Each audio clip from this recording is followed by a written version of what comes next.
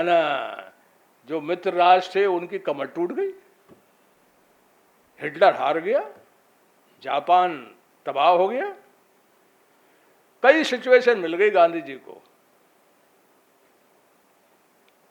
लेकिन मुझे तो कोई सफल आदमी नहीं दिखता।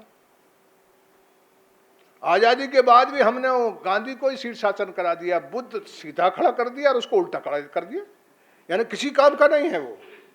अरे बुद्ध था क्या गांधी? अंबेडकर के बुतों का तो हिसाब ही नहीं है। यानी जो इंसान इंसान के गैर बराबरी के खिलाफ लड़ रहा था उसे परमात्मा, क्योंकि परमात्मा मानना इसमें बहुत सरल और बहुत सरल सुमन तरीका है हिंदुस्तान के लोगों का। यानी मुसलमान भी जब आया तो यहाँ चादर डाल दी किसी को, ये कहते मजार है। यानी जितने मंदिर मस्जिद दिखे उतना, मंदिर दिखे उतने ही मस्जिद कम पड़े तो मजार बना दो। और ये यरूशलेम से लेकर के बंगाल की खाड़ी तक ये देश जो है वो जहां भगवान पैदा हुआ, यरूशलेम से लेकर बंगाल खाड़ी तक हुआ ना, इससे ज्यादा बाहर तो नहीं हुआ ना, बताओ। ये सबसे ज्यादा लाचार, बेबस, अंधे, कोड़ी, निरक्षर, और वेस्टर्न यूरोप में देखो तमाशा क्या हो रहा, वहां तो जीना मुश्किल हो गया है, अल्लाह पता नहीं कहां है। अरे भाई ये जो भगवान है आपका, चाहे वो किसी धर्म का हो, वो उस कहीं मुझे उससे भेंट करा दो तो मैं उससे कहूं तेरे हाथ जोड़ते भाई तू किसी तरह दुनिया को छोड़, हमारा इतना पीछा कर दिया है कि पूरा दुनिया बर्बाद हो गई है। यानी इतना कत्ले आम धर्म के नाम से हुआ, वो युद्धों में नहीं हुआ, युद्धों में नहीं हुआ। आईएस इज नहीं है, डेथ है। क्या तमाशा भाई। और ये यरूशलेम से लेकर बंगाल की खाड़ी तक है। और हम जो हिंदू कहलाते, अपन तो कुछ नहीं है, अपन तो कभी गए नहीं किसी मंदिर में, ना किसी मस्जिद में गया, हार जाए चाहे जीत जाए। अरे हमको मालूम ये है ही नहीं, जबरदस्ती का पागलपन चल रहा है।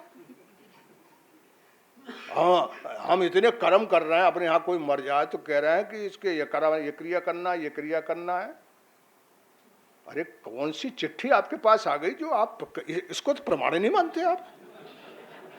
अब कहते हो सच बोलो, सच ये कह रहा हूं कि ये है ही नहीं कुछ। 33 करोड़ है तो सबसे पहले सुखी तो इस देश को होना चाहिए था। अरे सबसे ज्यादा सुखी तो इस देश को होना चाहिए, क्योंकि हमने सबसे ज्यादा पहाड़, पत्थर, पशु, पक्षी, कोई चीज नहीं छोड़ी जिसको भगवान न माना हो। तो हमने जिस रास्ते से भगवान को माना वो दुनिया में कोई नहीं किया, तो फिर इस देश को सुख क्यों नहीं मिला? यानी भगवान इतना मानने के बाद ऐसा अन्याय देश में हो कि कदम कदम पे अन्याय है, कदम कदम पे जुल्म है। ऐसा इंसान है यहां कि जो छोटा होगा उसको काटेगा और जो बड़ा होगा वो कहेगा सलाम साहब, यानी ऊपर चाटेगा और नीचे काटेगा। बारे देश, बारे भाई, हमारी निगाह कितने में फर्क कितना है, निगाह में कितना फर्क है। इंसान कौन है? इंसान वही है जो दया रखे, उसके पास हृदय हो, जो सबके लिए रखे, इंसान भर सारी चराचर धरती से रखे। ये बलचर था, क्या अद्भुत चीज थी वो। यानी गिद्ध जिसको कहते हैं, यहां क्या कहते हैं उसको, बलचर को, जो गिद्ध था। अरे साहब वो ऐसी गजब चीज थी कि आप या कोई और आदमी, कोई और जानवर यदि प्राण निकल जाते थे, सांस थम जाती थी, तो उसकी एक एक चीज को खा जाता था। वो ताजी चीज नहीं खाता था, वो मृत्यु के बाद अपना भोजन करता था। उसे हमने साफ कर दिया। कितनी चीजें हैं ये सारी, जो धरती में चराचर चीजें, ये नदी है, ये पहाड़ है, ये सब चीज है, ये सब एक दूसरे से मिलकर के इनको सारी सभ्यता चलती है। सभ्यता अकेले इंसान की नहीं। ये क्या बात है भाई कि आदमी जो है उसके लिए भगवान है, बाकी लोग नहीं है। और जो भगवान वाले लोग हैं वो कभी इनके बारे में दया और प्रेम और ममता उनके मन में है? वो इनके प्रति सोचते हैं? इंसानों के बारे में सोचना और बाकी लोगों के बारे में नहीं सोचना, चाहे वो पशु हैं, चाहे पक्षी हैं, चाहे धरती पर चलने वाले हैं, चाहे पहाड़ है, चाहे जंगल है। जंगल से बड़ी, पेड़ से बड़ी खिदमत कोई करता है? यानी हम लोग जो है सब बैठे हुए, यदि सांस टूट जाएगी तो फिर जान चली जाएगी। सांस क्या है? ये पेड़ से जो निकलता है ऑक्सीजन, वही तो है। यानी जो आपके प्राण वायु बनाता है, उसे पैसा कमाने के लिए कोई आदमी के मन में दया नहीं, हृदय नहीं, वो काटे जा रहा, मारे जा रहा, पत्थर तोड़े जा रहा, पहाड़ तोड़े जा रहा है। अब मैं जयपुर एक दिन गया तो वहां पहाड़ पूरा, जैसे मान लो आदमी का शरीर कट जाता है वैसे पूरा सभार पहाड़ आधा जो है वो उसको तोड़ दिया गया। तो मैं आपसे निवेदन करूं कि जो सच है, सच ये है कि संपूर्ण हिंदुस्तान हो या दुनिया हो, उसमें संपूर्ण न्याय के लिए लड़ाई जो है वो सच और दो टूक है हो, उसमें लिहाज नहीं होना चाहिए। जिनने लिहाज किया है वो नहीं है, जो लिहाज नहीं किए वो ही बड़े लोग हैं। और हिंदुस्तान में तो वो एब्रेशन है, यानी जो बड़ा और अच्छा काम करता है उसका हम बुत लगा देते हैं। अरे इस देश की सभ्यता है, जब 33 करोड़ तो एक बुत और लगा दो, कबाड़ खाने फेंको इसको। जिंदा रह जैसे मान लो बाबा साहब जीत नहीं सके, महात्मा फुले के कार्यक्रम में गांधी जी तो बम गिरा था वहां। ये कोई ऐसे आदमी नहीं थे, ये बोल रहे थे कि ये विषमता जो है वो मारक है,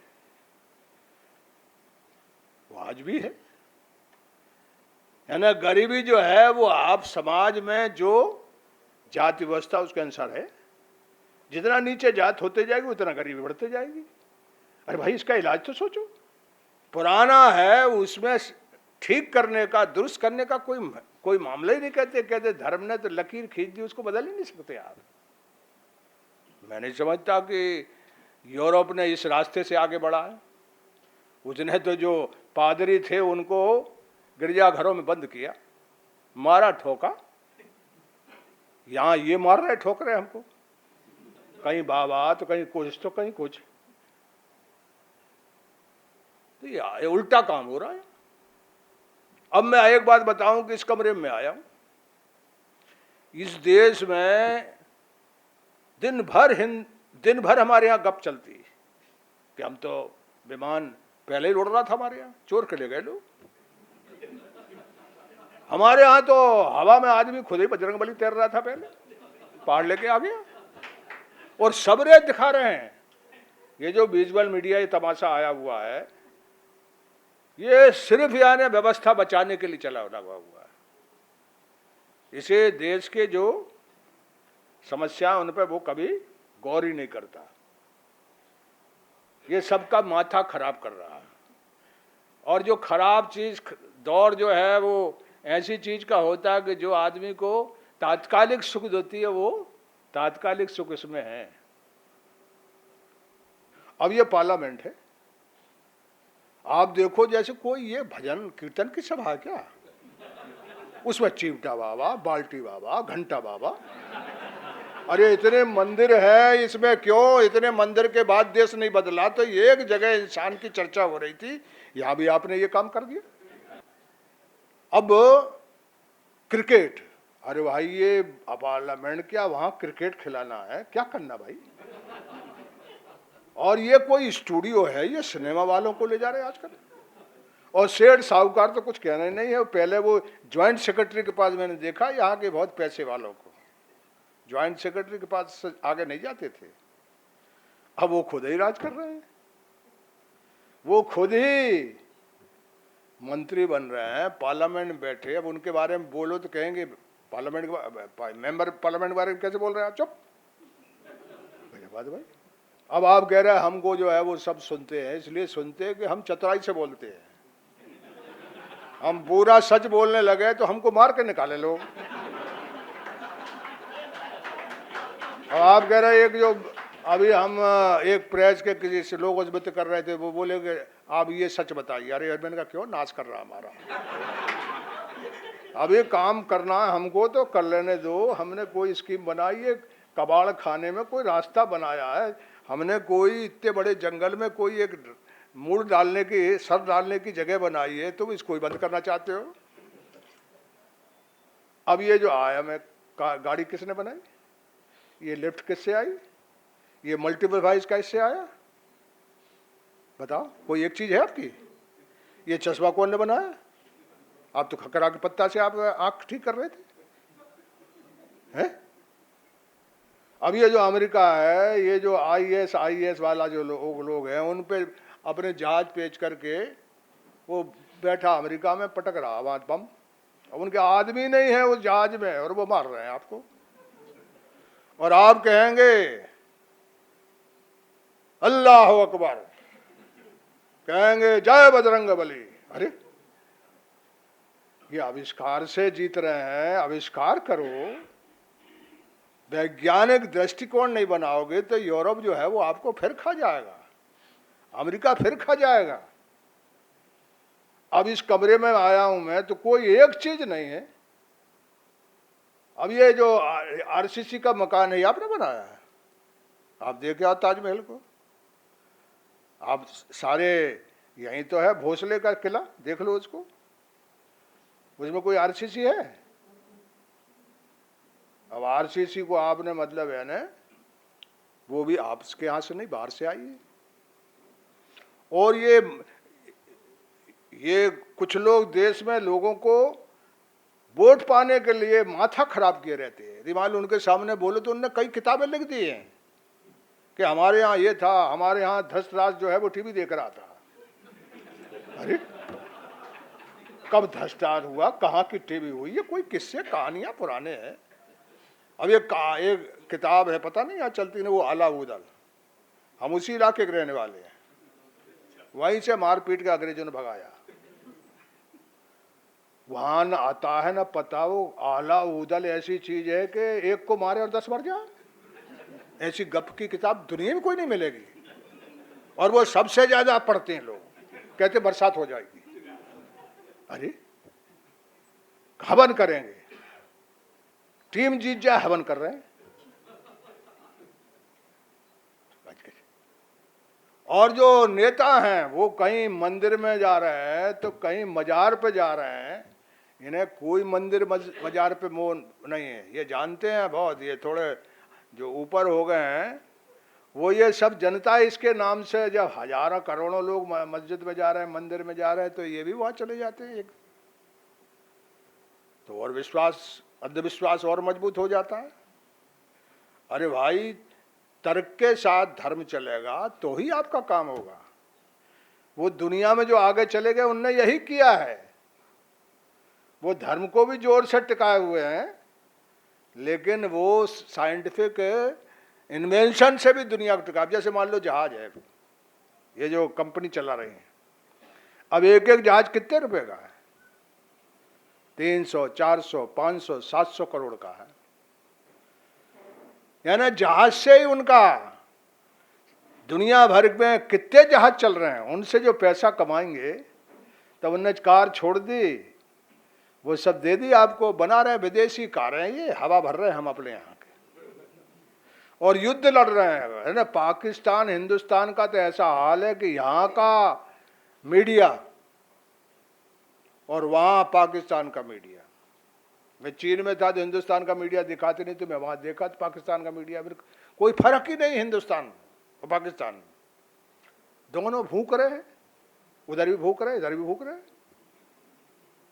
अरे यानी इनका सबसे बड़ा कोई है, एक तो 15 लाख आदमी मर गए उसमें। दुनिया में ऐसा मुल्क ही नहीं है, मुल्क तो बहुत जगह बटे, लेकिन आबादी इधर से उधर हो जाए ऐसा कभी नहीं हुआ। और आज भी पीछा नहीं छोड़ रहे हैं, आज भी पीछा नहीं छोड़ रहे हैं। अब क्या कहें, आप ही उतना ही कहूंगा जितना आप ग्रहण कर रहे हैं। यदि मैं ज्यादा बोल दूंगा तो आप ही विद्रोह कर जाएंगे यहाँ। क्योंकि मैं जो बात बोल रहा हूं वो मेरी बात को आपसे यही मेरी विनती है कि उनको पकड़ के थोड़ा तो विचार करना। यदि बुरा लगे तो छोड़ देना, लेकिन यदि लगता है इसमें दम है, मैं प्रमाण के सहित बता रहा हूं, तो फिर इसको एक ही चीज है कि आप जितना इंसान बनोगे उतना देश बनाओगे, और जितना जात बिरादरी और मजहब में जाओगे उतना ये देश पीछे था, पीछे जाएगा। यदि देश को आगे ले जाना है तो हमको हर तरह की बीमारी से मुक्त करना पड़ेगा। मां को लिबरेट करना है तो मां के लिबरेशन का एक ही रास्ता, इरेडिकेट द कास्ट सिस्टम। अब वो ऐसे लोकतंत्र में ऐसे तो नहीं हो सकता। एक काम तो आप कर सकते हैं कि जो बच्चे जातियों के दायरे से हौसला करके बाहर चले गए और शादी करना चाहते, उनकी सरकार तो डंडा लेकर सुरक्षा कर सकती है, उनकी सुरक्षा कर सकते नहीं कर सकते। और जात से बड़ी चीज हो गई है नौकरी, तो यदि उसको सीधा कि उसको नौकरी देना ही पड़ेगी, सरकार देगी या प्राइवेट सेक्टर देगा, लाठी लेके सरकार खड़ी हो जाए। एक रास्ता धीरे धीरे भारतीय समाज के समरस बनने का होगा। हम तो एक भी नहीं, हमारे सबके दिल सिकुड़े हुए हैं। अब मैं कोई बात इसलिए और अधूरी करता हूं कि इतने दिल सिकुड़े हुए हैं कि 2 मिनट में कहने लगेंगे। अरे या ना, क्योंकि आदमी ने जान से नहीं पकड़ा, दांत से नहीं पकड़ा है, वो तो हृदय ने पूरे शरीर को पकड़ कर रखा है। ऐसे ही है हमारा हाल। हम बच्चों को आविष्कार के लिए प्रेरित करें, आविष्कार के लिए प्रेरित करें। अब हम कह रहे हैं कि एफडीआई ले आओ। एक ईस्ट इंडिया कंपनी थी, 200-250 साल लगे, तो अब तो बाजार आ गया, बाहर के और भीतर का कोई नहीं, बाजार तो मिल गया, हिल मिल गया। अब तो आपको बाजार के साथ चलना पड़ेगा, लेकिन बाजार जो है वो बाजारी बाजार हो जाए, और अपने भीतर की जो जमीन है, धरती है, उसमें आयरन ओर है, उसमें कोयला है, उसमें 82 मिनरल्स हैं, जंगल है, पहाड़ है, दुनिया की सबसे ज्यादा जरखेज जमीन है। हम अपनी शक्ति और सामर्थ्य को अंदर का मजबूत नहीं कर रहे हैं, तो फिर दुनिया के बाजार से हाथ मिलाने में हम जैसे पहले खराब हुए थे वैसे अब खराब होंगे। अब कुछ लोग सोचते हैं कि छोड़ो दुनिया को, कुछ लोग सोचते हैं यही रास्ता ठीक है, तो इसकी कम से कम बहस ही हो जाए। मैं ये नहीं कह रहा हूं कि हम जो कह रहे हैं वो सही है, मैं ये कह रहा हूं कि इसकी बहस कर लो, तो बहस से जो सच निकले, सच का अमृत निकले, उसको समाज को दे दो। और इन्हीं बातों के साथ मैं काफ़ी देर आपका समय ले लिया। मेरी आपसे यही विनती है कि जो मैंने कहा उसमें जो सच लगे उसको रख लेना, और जो आपको लगे कि आपको इस समय भी नहीं बदलना है, या आपको लगता है कि नहीं मैं ठीक नहीं बोल रहा हूँ, उसको भूल जाओ। लेकिन जो पकड़ लिया है यहाँ कुछ थोड़ा बहुत, उसको जरूर लेकर के समाज में कम से कम अपने बाल बच्चों से, मोहल्ले में तो चर्चा करो। चर्चा करोगे तो वो कभी आचरण में आएगा, मानस बनेगा तो फिर एक्शन में आएगा। मानस तो बनना चाहिए ना, मानस बनाने में कोई जोखम नहीं, ना परिवार का जोखम है, ना कोई चीज का जोखम है। मानस तो बनाओ, संबोध तो लोगों को कराओ, संबोध कराओगे तो सम लक्ष्य बन जाएगा। यही मेरी आपसे विनती है। इन्हीं बातों के साथ आप सब लोगों ने आपने बहुत प्रेम से मुझे सुना, इसके लिए आप सबका हृदय से आभार मानता हूँ। और आपसे यही कहना चाहता हूँ, जो मैंने कहा वो सब सच ही नहीं है, उसमें जो आपके नज़र से सच लगे उसको पकड़ना, और जो आपको लगे कि ये ठीक नहीं कह रहे हैं हम, तो उसे ज़रूरी नहीं है, उसे भूलना और हमको माफ़ करना। और बहुत बहुत शुक्रिया।